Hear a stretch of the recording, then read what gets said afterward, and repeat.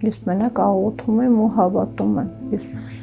շատ հավատում եմ, որ իմ տղեն էլի ոտի է հելնելու, իմ տղեն առաջվա իմ ուժեղ արմանալն էլու։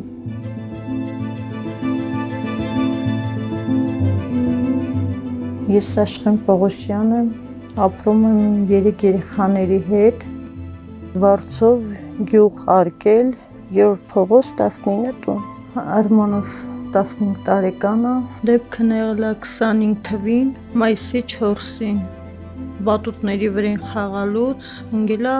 ողնուղեղն վնասել է։ Հիմի ուզում ենք տանենք Մոսկվա, իրան վիրահատենք, թղթերն սաղ ուղարկել ենք Մոսկվա նայել են, ասել են, որ վիրահատում ենք, արել ենք այդպես վիրահատություններ, ի պլան պետք է դրվի, Արմանի վիրահատության գումարը կազմում է մոտ 8 միլիոն, կեսն իմ հարազատներ, մենք կողից սենց հավաքել ենք, մոտ 4 միլիոն պակաս է։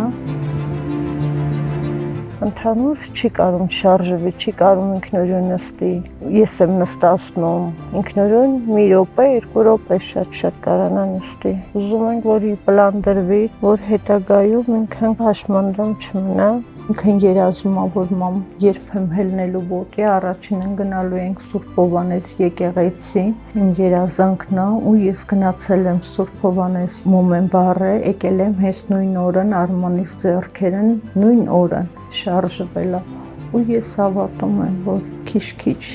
իմ երեխին իմ հավատքով հելնելու է ոտի։ Շատ կա փոփոխություն, սկզբից ոչ մի բան չէր զգում, մի արդեն զգացողություններ կա, ցավեր կա,